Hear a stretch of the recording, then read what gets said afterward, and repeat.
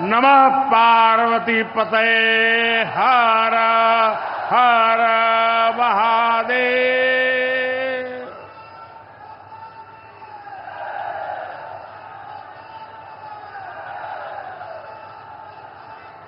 सावन के पावन महीने में आज हमके काशी के हमरे परिवार के लोगन से मिले का अवसर मिलल है। हम काशी के हर परिवारजन के प्रणाम करत है।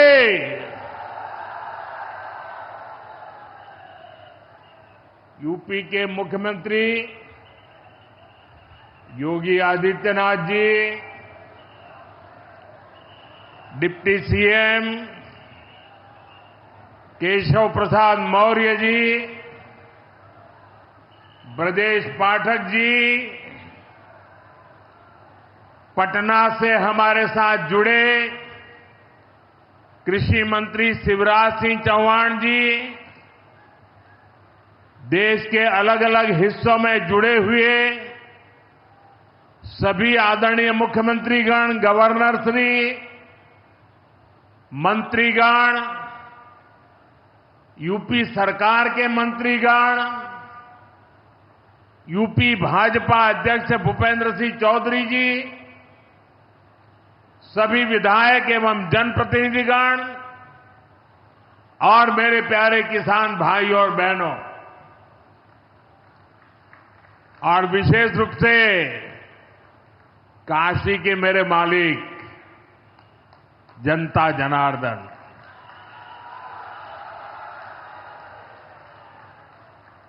आज हम काशी से देश भर के लाखों किसानों से जुड़े हुए हैं। सावन का महीना हो, काशी जैसा पवित्र स्थान हो और देश के किसानों के साथ जुड़ने का अवसर हो, इससे बड़ा सौभाग्य क्या हो सकता है।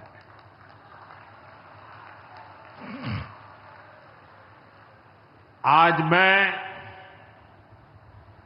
ऑपरेशन सिंदूर के बाद पहली बार काशी आया हूं।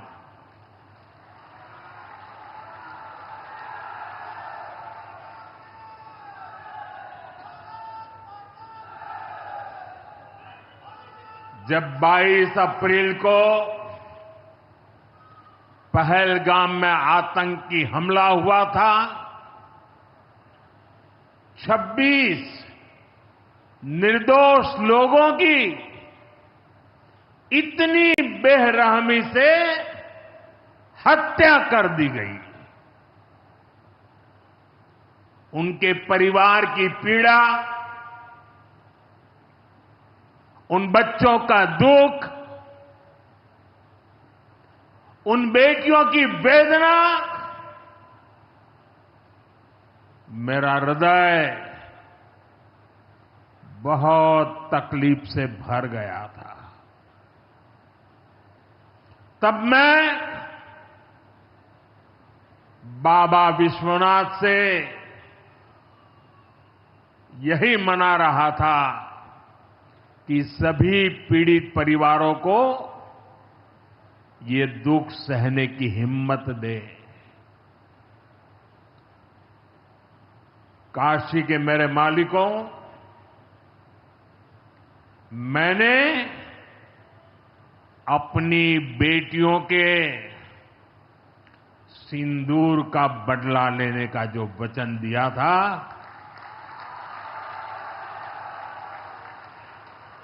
वो भी पूरा हुआ है। ये महादेव के आशीर्वाद से ही संभव हुआ है। मैं ऑपरेशन सिंदूर की सफलता को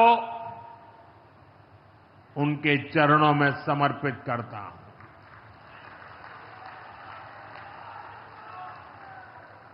साथियों,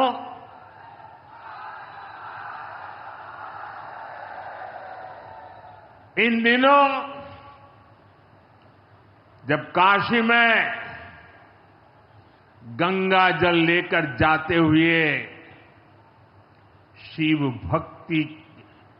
भक्तों की तस्वीरें जब देखने का अवसर मिल रहा है, दिव्य तस्वीरें, और खासकर सावन के पहले सोमवार को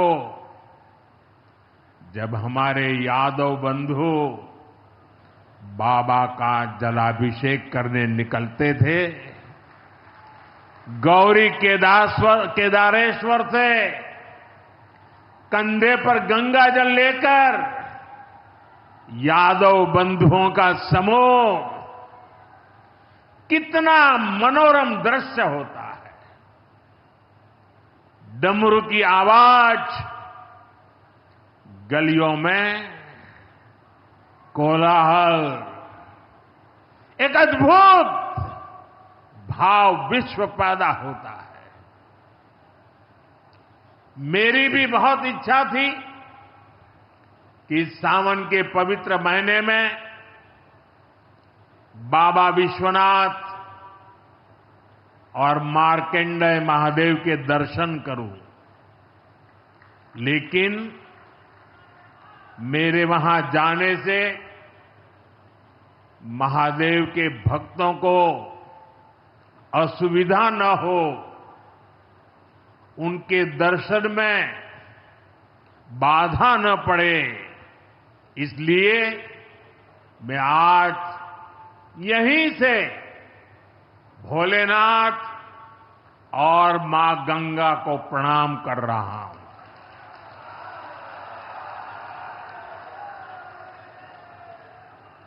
हम सेवापुरी के ई मंच से बाबा काशी विश्वनाथ के प्रणाम करत है। नमः पार्वती पते हर हर महादेव।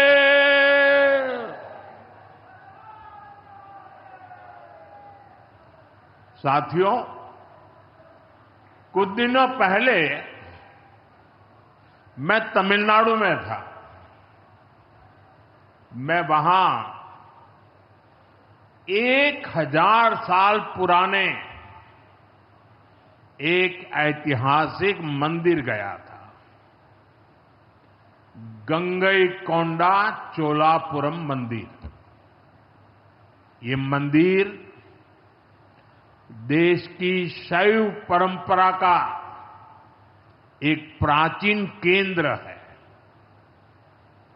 ये मंदिर हमारे देश के महान और प्रसिद्ध महान राजा राजेंद्र चोल ने बनवाया था। राजेंद्र चोल ने उत्तर भारत से गंगा जल मंगवाकर उत्तर को दक्षिण से जोड़ा था। 1000 साल पहले अपनी शिव भक्ति और शैव परंपरा के जरिए राजेंद्र चोल ने एक भारत श्रेष्ठ भारत का उद्घोष किया।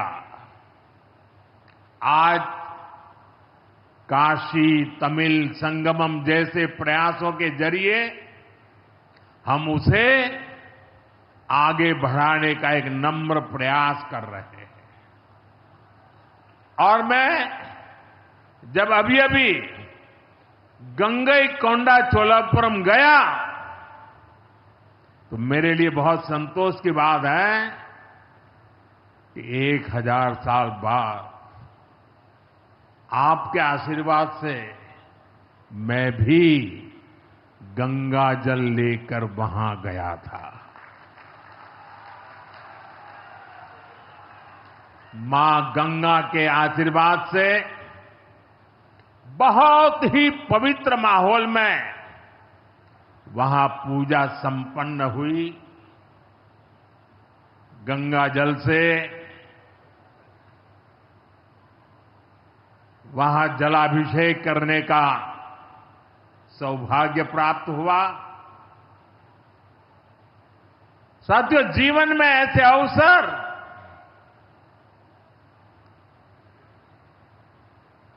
बहुत प्रेरणा देते हैं। देश की एकता की हर बात नई चेतना जगा देती है और तभी तो ऑपरेशन सिंदूर सफल होता है।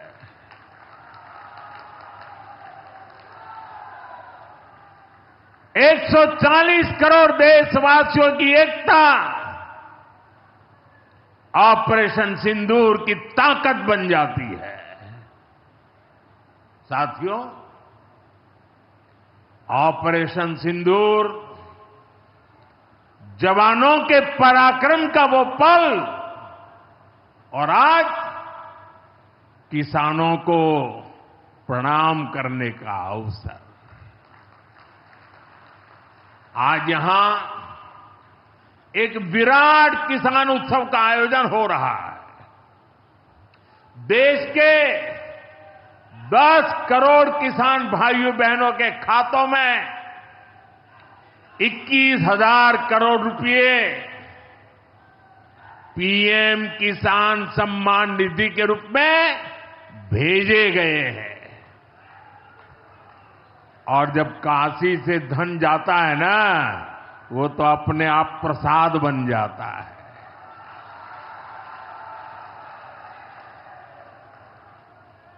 21,000 करोड़ रुपया किसानों के खाते में जमा। साथियों, आज यहां भी 2,000 करोड़ रुपए से ज्यादा की विकास परियोजनाओं का लोकार्पण और शिलान्यास भी हुआ है। बाबा के आशीर्वाद से काशी में विकास की अविरल धारा मां गंगा के साथ साथ आगे बढ़ रही है। मैं आप सभी को, देश के किसानों को बहुत बहुत बधाई देता हूं। अभी कुछ ही दिन पहले काशी में सांसद टूरिस्ट गाइड प्रतियोगिता भी आयोजित की गई थी। यानी स्पर्धा के द्वारा स्किल डेवलपमेंट, स्वयं प्रयास से स्किल डेवलपमेंट,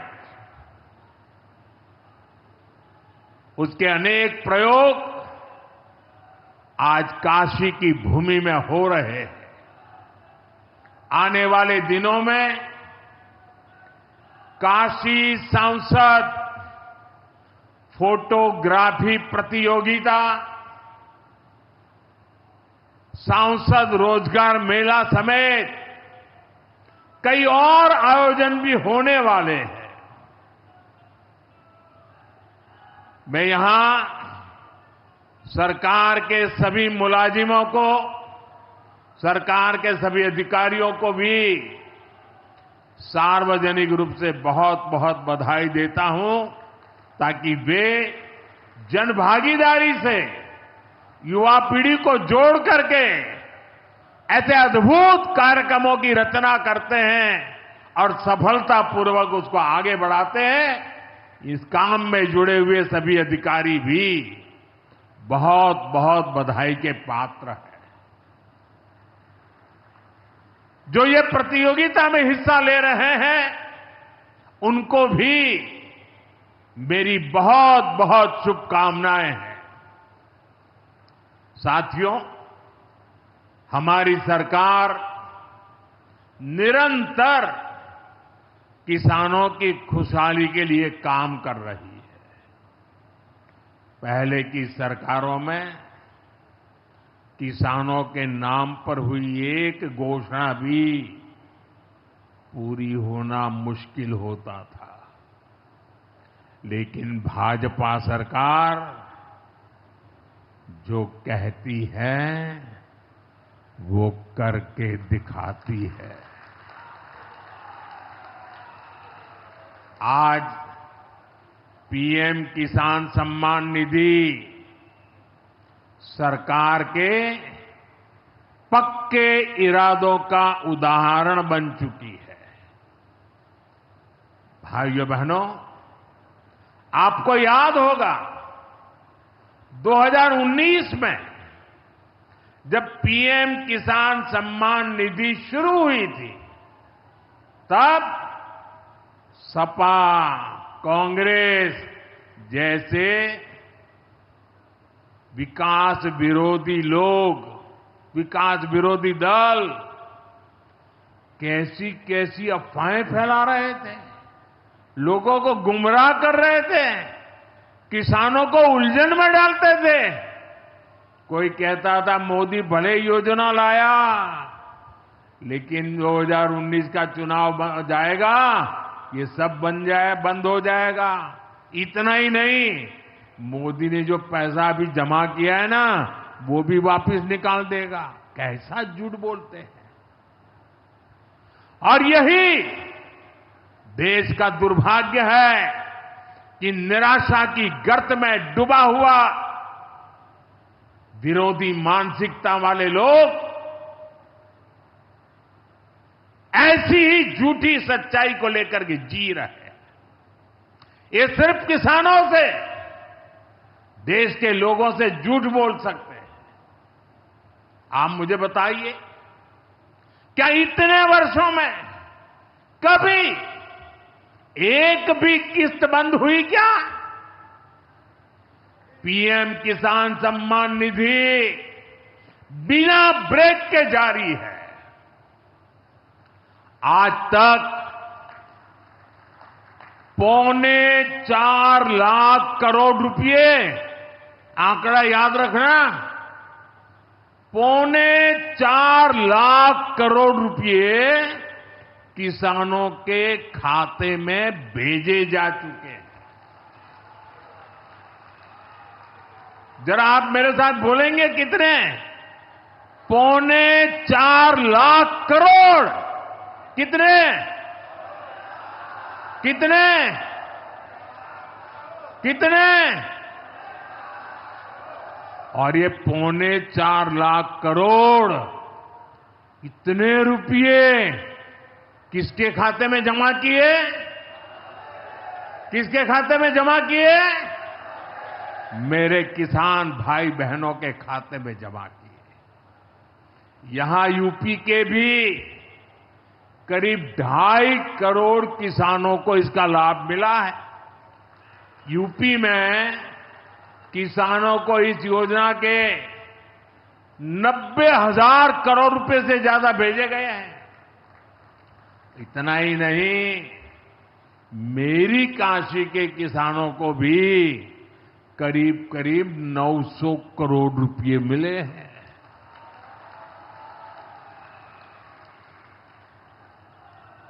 आपने ऐसा सांसद चुना कि आपके खाते में 900 करोड़ रुपया आया है। और इससे बड़ी बात, बिना किसी कट कमीशन के, कोई बिचौलिया नहीं, कोई कट नहीं, कोई कमीशन नहीं, कोई पैसे की हेरा फेरी नहीं, सीधे ये पैसे किसानों के खाते में पहुंचे हैं।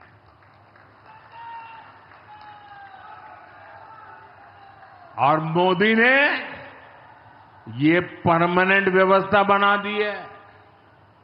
ना लीकेज होगी, न गरीब का हक छीना जाएगा। साथियों, मोदी के विकास का मंत्र है, जो जितना पिछड़ा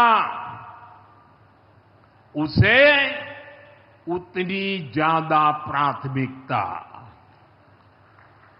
जो जितना पिछड़ा उसे ज्यादा प्राथमिकता। इस महीने केंद्र सरकार ने एक और बड़ी योजना को मंजूरी दी है। इसका नाम है प्रधानमंत्री धन धान्य कृषि योजना। इस योजना पर 24,000 करोड़ रुपए किसानों के कल्याण के लिए, कृषि व्यवस्था के लिए, कृषि विकास के लिए 24,000 करोड़ रुपए खर्च किए जाएंगे। देश के ऐसे जिले जो पिछली सरकारों की गलत नीतियों के कारण विकास की राह में पिछड़ गए, पिछड़े रह गए, जो कृषि उत्पादन भी कम हो रहा है, जहां किसानों की आमदनी भी कम है, अरे कोई पूछने वाला नहीं था, उन जिलों पर प्रधानमंत्री धन धान्य कृषि योजना का फोकस होगा। इससे यूपी के भी लाखों किसानों को फायदा होगा। साथियों, किसानों के जीवन में बदलाव के लिए, उनकी आय बढ़ाने के लिए, खेती पर होने वाला खर्च कम करने के लिए एनडीए सरकार पूरी शक्ति से काम कर रही है, पूरी ताकत लगा रही है। हम बीज से बाजार तक किसानों के साथ खड़े हैं। खेतों तक पानी पहुंचे, इसके लिए देश में लाखों करोड़ रुपए की सिंचाई योजना चलाई जा रही है। साथियों, किसानों के सामने एक बड़ी चुनौती मौसम की होती रही है। कभी ज्यादा बारिश हो गई, कभी ओला गिर गया, पाला पड़ गया। किसानों को इससे सुरक्षा देने के लिए पीएम फसल बीमा योजना शुरू हुई। इस योजना के तहत, यह आंकड़ा भी याद रखिए,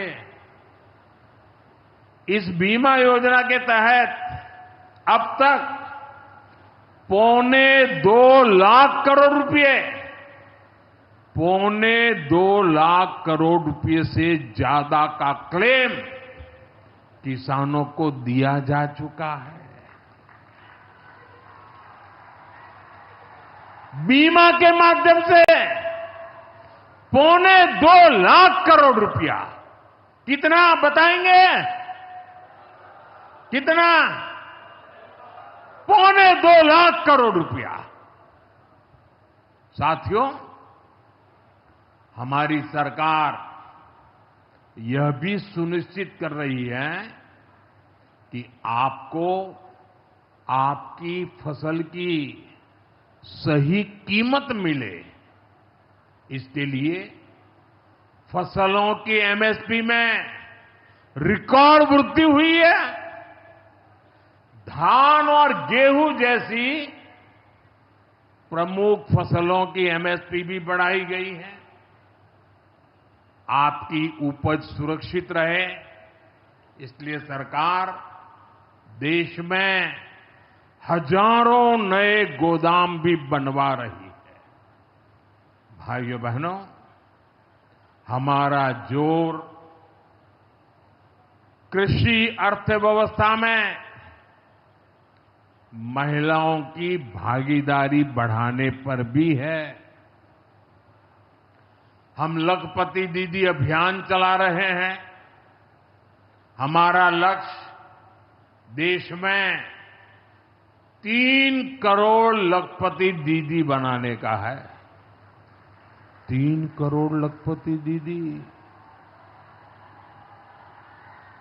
ये सपा वाले तो ये आंकड़ा सुनकर के ही साइकिल लेके भाग जाएंगे। अब तक 1.5 करोड़ से ज्यादा लखपति दीदी भी बन चुकी है। 3 करोड़ का लक्ष्य में से आधा काम पूरा कर लिया। 1.5 करोड़ गांव में काम करने वाली गरीब परिवार की, किसान परिवार की हमारी बहनें, 1.5 करोड़ बहनें लखपति दीदी बन जाए, ये बहुत बड़ा काम हो रहा है। सरकार के ड्रोन दीदी अभियान ने भी लाखों बहनों की आय बढ़ाई है। साथियों, हमारी सरकार कृषि से जुड़ी आधुनिक रिसर्च को खेतों तक पहुंचाने में भी जुटी है। इसके लिए मई और जून के महीने में खास तौर पर विकसित कृषि संकल्प अभियान चलाया गया। लैब से लैंड के मंत्र के साथ 1.25 करोड़ से अधिक किसानों से सीधा संवाद किया गया। हमारे देश में माना गया है और यह व्यवस्था भी है कि कृषि ये राज्य का विषय है और सही भी है, लेकिन उसके बावजूद भी भारत सरकार को लगा, एनडीए सरकार को लगा, मोदी सरकार को लगा कि भले विषय राज्य का हो, राज्य करे, कर पाए न कर पाए, बहुत से राज्य हैं जो नहीं कर पाते हैं, तो हमने तय किया कि हम खुद भी कुछ करेंगे और करोड़ों किसानों के साथ सीधा संवाद किया। साथियों, केंद्र सरकार की योजनाओं का लाभ आप सभी तक निरंतर पहुंचता रहे, इस दिशा में आज मुझे आपके साथ एक अहम जानकारी साझा करनी है और उसमें मुझे आपकी मदद भी चाहिए। यहां बैठे हुए लोगों की भी मदद चाहिए। आपको पता है, जनधन योजना के तहत देश में 55 करोड़ गरीबों के बैंक खाते खोले गए। जिनको कभी बैंक का दरवाजा देखने का सौभाग्य नहीं मिला था, ऐसे 55 करोड़ लोगों के खाते, ये मोदी को जब से आपने काम करने का अवसर दिया ना, मैं ये काम कर रहा था। 55 करोड़। अब इस योजना को हाल ही में 10 साल पूरे हुए हैं। अब बैंकिंग क्षेत्र का कुछ नियम है। वो नियम ये कहते हैं कि 10 साल बाद बैंक खातों का दोबारा से केवाईसी करना जरूरी होता है। एक प्रक्रिया पूरी करनी होती है। अब आप बैंक में जाएं, करें या न करें, पहले सब आपको करना होता है। अब मैंने थोड़ा आपका भार कम करने का बीड़ा उठाया है, तो मैंने बैंक वालों से कहा कि लोग आएं, केवाईसी करें, अच्छी बात है, हमें नागरिकों को हमेशा जागृत रखना चाहिए, लेकिन हम क्या एक अभियान चला सकते हैं? मैं आज रिजर्व बैंक का, हमारे देश की सभी बैंकों का, बैंक के सभी कर्ता धर्ताओं का हृदय से अभिनंदन करना चाहता हूं। आज उन्होंने एक ऐसा काम उठाया है जो हमें गर्व से भर देता है। बैंक के लोग इस 10 करोड़ लोगों को, अरे 10 साल के बाद ये 55 करोड़ लोग अपना फिर से रिव्यू करें, इसलिए केवाईसी जो करना है, इस काम को पूरा करने के लिए 1 जुलाई से देश भर में बहुत बड़ा अभियान चल रहा है। हमारे बैंक स्वयं हर ग्राम पंचायत तक पहुंच रहे हैं, वहां पर जाकर के मेला लगाते हैं। अब तक ऐसी करीब 1 लाख ग्राम पंचायत में बैंक अपने कैंप, अपना मेला लगा चुके हैं। लाखों लोगों ने दोबारा अपना केवाईसी भी करा लिया है और ये अभियान आगे भी चलने वाला है। मैं ऐसे हर साथी जिसका जनधन खाता है उससे आग्रह करूंगा कि वो फिर से अपना केवाईसी जरूर करा ले। साथियों, ग्राम पंचायतों में बैंक जो स्पेशल कैंप लगा रहे हैं, अभी भी लाखों पंचायतों का काम जारी है। मैं समझता हूं कि इन कैंप का फायदा उठाना चाहिए और उसके कई फायदे हैं। एक और फायदा भी है, इन कैंपों में प्रधानमंत्री सुरक्षा बीमा योजना, प्रधानमंत्री जीवन ज्योति बीमा योजना, अटल पेंशन योजना, ऐसी अनेक योजनाओं का रजिस्ट्रेशन भी हो रहा है। और ये बीमा तो ऐसा है कि एक चाय के खर्चे से भी कम खर्चा लग जाता है। ये योजनाएं आपकी बहुत मदद करती है। इसलिए बैंकों ने जो जितना बड़ा अभियान चलाया है, आप इसका बहुत फायदा लीजिए। पूरे देश के लोगों से मैं कहता हूं, आप इन कैंपों में जरूर जाइए। अब अगर आप अब तक इन योजनाओं से नहीं जुड़े हैं तो उनके लिए रजिस्ट्रेशन करवाइए और अपने जनधन खाते का केवाईसी भी कराइए। मैं भाजपा के और एनडीए के सभी प्रतिनिधियों से कहूंगा कि वो ज्यादा से ज्यादा लोगों को इस अभियान के प्रति जागरूक करें। बैंकों से बात करें कब कैंप कहां लगने वाला है, वो क्या मदद हम कर सकते हैं। हम सामने से होकर बैंकों के इतने बड़े काम में हाथ बटाएं, उनको मदद करें और ज्यादा से ज्यादा लोगों को, जहां भी कैंप लगता है उस इलाके के लोगों को इस अभियान से जोड़े। साथियों, आज महादेव की नगरी में विकास और जन कल्याण के इतने काम हुए। शिव का अर्थ ही होता है, शिव का मतलब ही है कल्याण। लेकिन शिव का एक रूप और भी है। शिव का एक रूप तो कल्याण है, शिव का दूसरा रूप है रुद्र रूप।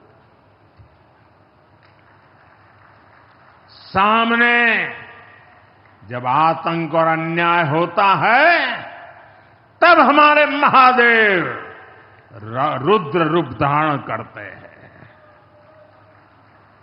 ऑपरेशन सिंदूर के दौरान दुनिया ने भारत का यही रूप देखा है। भारत पर जो वार करेगा वो पाताल में भी नहीं बचेगा। लेकिन भाइयों बहनों, दुर्भाग्य से ऑपरेशन सिंदूर की सफलता पर हमारे देश के कुछ लोगों को भी पेट में दर्द हो रहा है। ये कांग्रेस पार्टी और उनके चेले चपाटे, उनके दोस्त इस बात को पचा नहीं पा रहे कि भारत ने पाकिस्तान के आतंकी ठिकानों को तबाह कर दिया। मैं मेरे काशी के मालिकों से पूछना चाहता हूं, भारत की ताकत से आपको गर्व होता है कि नहीं होता है? ऑपरेशन सिंदूर से गर्व होता है कि नहीं होता है? आतंकियों के ठिकानों को नष्ट करने का आपको गर्व होता है कि नहीं होता है? साथियों, आपने वो तस्वीरें देखी होगी, कैसे हमारे ड्रोन्स, हमारे मिसाइल्स ने सटीक वार करके आतंक के हेडक्वार्टर्स को खंडहर बना दिया। पाकिस्तान के कई सारे एयरबेस तो आज भी आईसीयू में पड़े हैं। पाकिस्तान दुखी है, ये तो सब कोई समझ सकता है, लेकिन पाकिस्तान का ये दुख कांग्रेस और सपा से सहन नहीं हो पा रहा। उधर आतंक का आकार होता है, इधर कांग्रेस सपा वाले आतंकियों की हालत को देखकर रोते हैं। साथियों, कांग्रेस हमारी सेनाओं के पराक्रम का लगातार अपमान कर रही है। कांग्रेस ने ऑपरेशन सिंदूर को तमाशा कहा है। आप मुझे बताइए, सिंदूर कभी भी तमाशा हो सकता है क्या? हो सकता है क्या? क्या सिंदूर को तमाशा कोई कह सकता है क्या? हमारी सेना का पराक्रम और बहनों के सिंदूर का बदला तमाशा कहने की ये हिम्मत, ये निर्लज्जता, भाइयों बहनों, वोट बैंक और तुष्टीकरण की इस राजनीति में ये समाजवादी पार्टी भी पीछे नहीं है। ये सपा के नेता संसद में कह रहे थे, पहलगाम के आतंकवादियों को अभी क्यों मारा? अब बताइए, क्या उनको पूछ फोन करूं क्या? सपा वालों को मारूं कि ना मारूं? कोई मुझे बताए भाई, सामान्य बुद्धि से बताए, क्या आतंकवादियों को मारने के लिए भी क्या इंतजार करना चाहिए क्या? क्या उन्हें भागने का मौका देना था क्या? ये वही लोग हैं जो यूपी में जब सत्ता में थे तब आतंकवादियों को क्लीन चिट देते थे, बम धमाके करने वाले आतंकियों से मुकदमे वापस लेते थे। अब उन्हें आतंकवादियों के मारे जाने पर परेशानी हो रही है। इन्हें ऑपरेशन सिंदूर के नाम पर परेशानी हो रही है। मैं इन लोगों को काशी की धरती से कहना चाहता हूं, ये नया भारत है।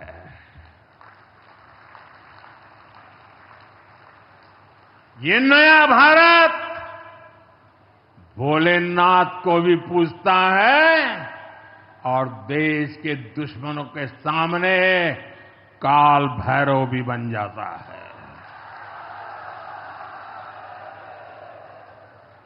साथियों, ऑपरेशन सिंदूर के दौरान भारत के स्वदेशी हथियारों की ताकत पूरी दुनिया ने देखी है। हमारे एयर डिफेंस सिस्टम, हमारी स्वदेशी मिसाइलें, स्वदेशी ड्रोन्स, इन्होंने आत्मनिर्भर भारत की ताकत को साबित किया है।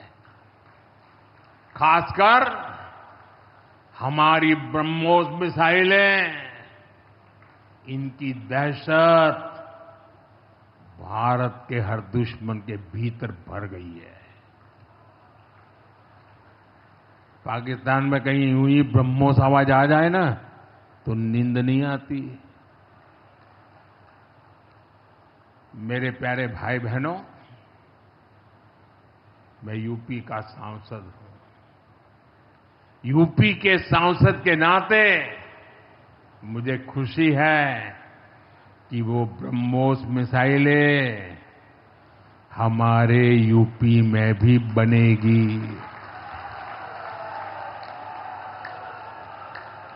लखनऊ में ब्रह्मोस मिसाइल की मैन्युफैक्चरिंग शुरू हो रही है।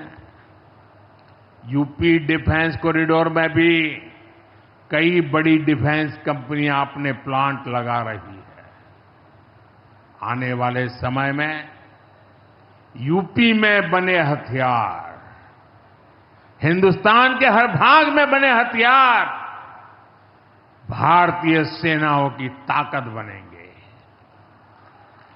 मुझे साथियों बताइए, जब ये आत्मनिर्भर सैन्य शक्ति की बात सुनते हैं, आपको गर्व होता है कि नहीं होता है? जरा पूरी ताकत से हाथ ऊपर करके बताइए, आपको गर्व होता है कि नहीं होता है? गर्व होता है कि नहीं होता है? बोले हर हर महादेव। अगर पाकिस्तान ने फिर कोई पाप किया तो यूपी में बनी मिसाइलें आतंकियों को तबाह कर देगी। साथियों, आज यूपी इतनी तेज गति से औद्योगिक विकास कर रहा है। देश और दुनिया की बड़ी बड़ी कंपनियां यहां निवेश कर रही हैं। इसके पीछे भाजपा सरकार की विकासपरक नीतियों की बड़ी भूमिका है।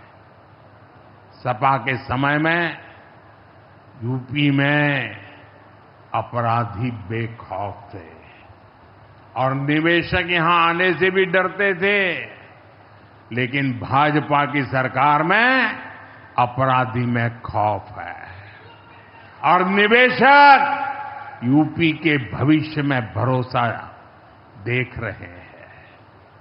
मैं विकास की इस रफ्तार के लिए यूपी सरकार को बधाई देता हूं। साथियों, मुझे संतोष है कि काशी में विकास का महायज्ञ लगातार जारी है।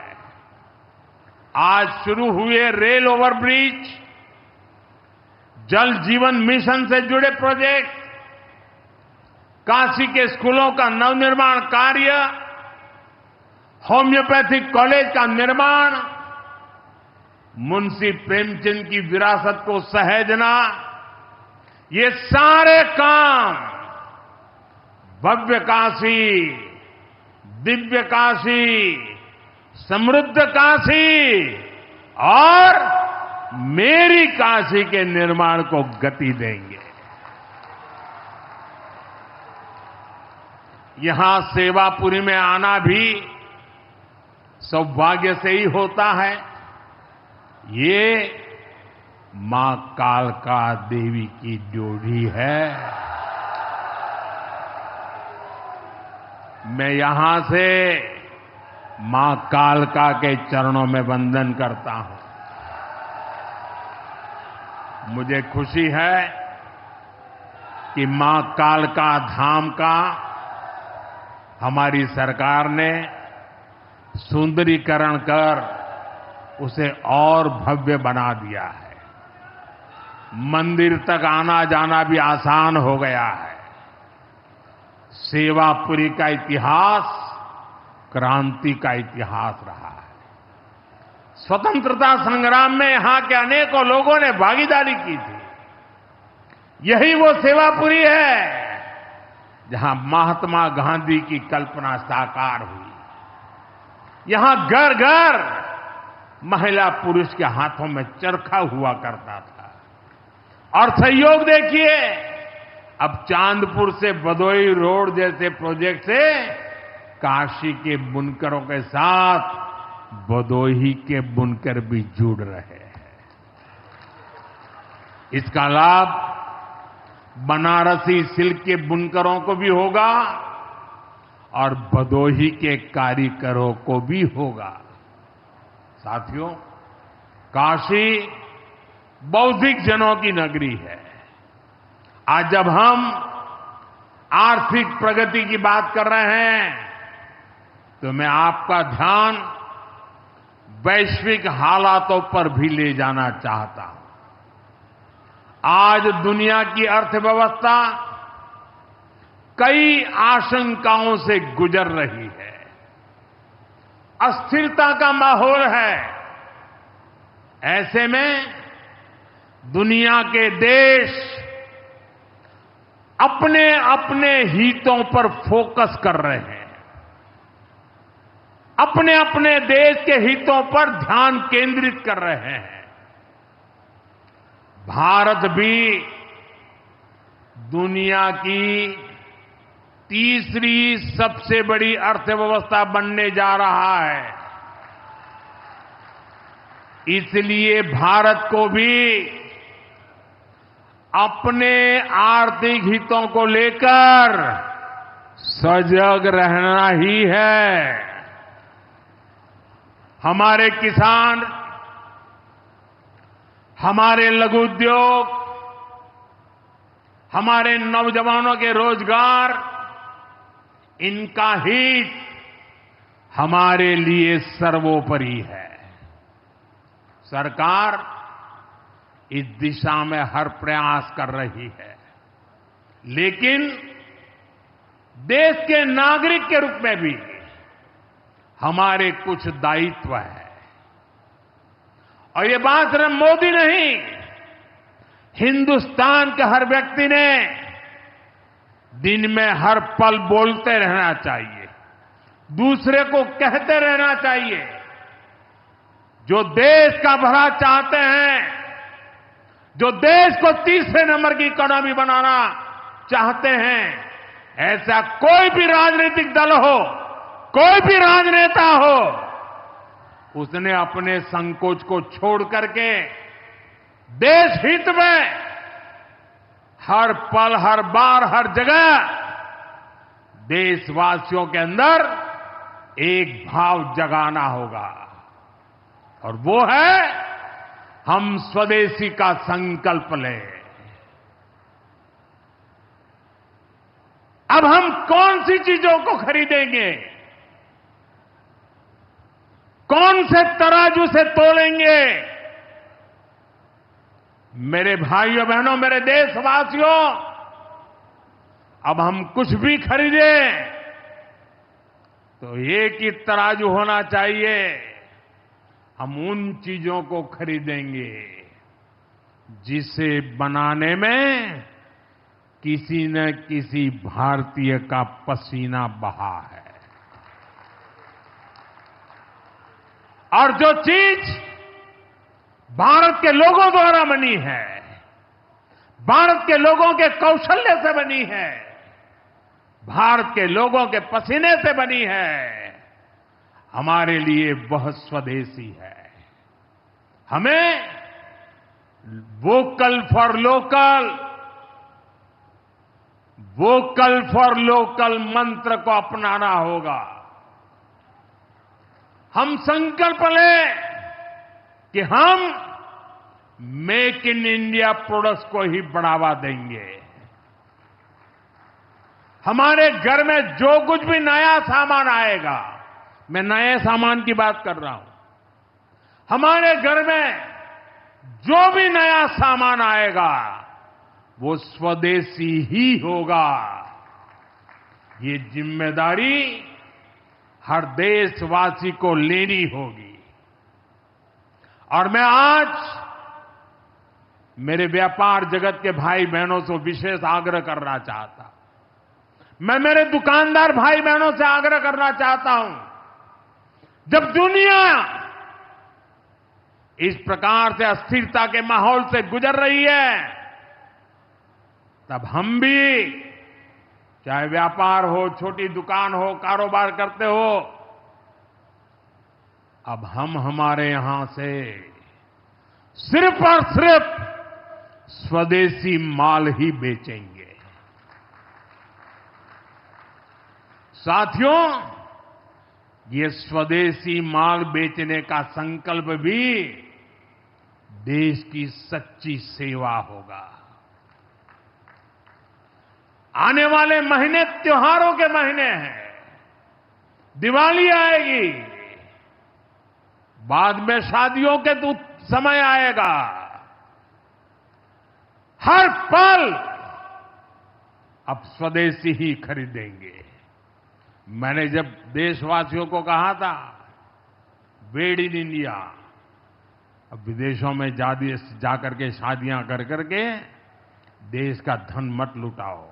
और मुझे खुशी है, कई नौजवान मुझे चिट्ठी लिखते थे कि हमारा परिवार तो विदेश में शादी करना तय किया था, लेकिन आपकी बात सुन करके अब हमने वहां का सारा कैंसिल कर दिया, थोड़ा खर्चा भी हो गया, लेकिन अब हम भारत में ही शादी करेंगे। हमारे यहां भी बहुत अच्छे स्थान है जहां शादी ब्याह हो सकता है। हर बात में स्वदेशी का भाव आने वाले दिनों में हमारा भविष्य तय करने वाला है दोस्तों। और ये महात्मा गांधी को भी बड़ी श्रद्धांजलि होगी। साथियों, सबके प्रयास से ही विकसित भारत का सपना पूरा होगा। एक बार फिर आपको आज के विकास कार्यों की बहुत बहुत बधाई देता हूं। और भविष्य में वोकल फॉर लोकल, खरीदेंगे तो स्वदेशी खरीदेंगे, घर सजाएंगे तो स्वदेशी से सजाएंगे, जिंदगी बढ़ाएंगे तो स्वदेशी से बढ़ाएंगे। इस मंत्र को लेकर के चल पड़े।